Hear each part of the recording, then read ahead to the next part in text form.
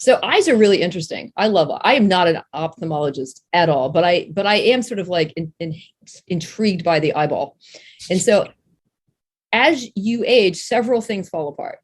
Number one, most importantly, that everyone sees is presbyopia, which is the inability to focus up close, right?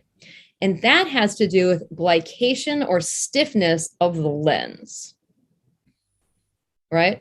Yeah. The lens is really interesting because you try to block radiation out of every other part of your body. We cover ourselves in sunscreen, but the lens is attracting it.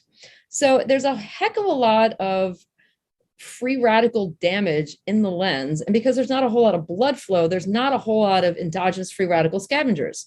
On top of that, it gets horribly glycated. But what's interesting is, so if presbyopia is your only problem, Carnosine eye drops are amazing. So it's the same thing that you would orally take, but it comes in an eye drop. I've been using them now for a decade, and my up close vision is perfect. It might not be true, but it should be true. There's a fabulous Russian study. They gave these eye drops to, I don't know, 500,000 people, and their vision got significantly better. So it's truly amazing. And it also reduces the risk of cataract. They actually give these eye drops to dogs to cure cataracts. This will reduce the risk of cataracts. That's one thing that goes wrong with your eyeball over time. The other interesting that changes is the rods and cones in the back of your retina deteriorate, right? When people are driving at night, they can't see as well. And that's because cones are for color, rods are for black and white, and they just deteriorate over the course of time. And eye drops don't usually get to the back of your retina. So that's something that comes through your systemic vasculature for the most part.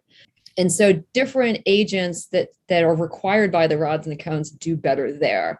Astaxanthin is a fantastic example. Astaxanthin was fantastic. It helps your vision, as do the other xanthins, the zeaxanthin, and there's a few xanthins. But if you ever look at eye health, it's all the xanthins. And it's just because those are the molecules that are required in the rods and the cones to keep your retina healthy. The other one that's really good is the SKQ1. It's called Visomitten. It's another eye drop discovered or invented by the Russians. Guys are amazing. And it goes specifically to the mitochondria. It's a strong free radical scavenger, and it just really helps vision. DoctorsToTrust.com. Please share this video with loved ones.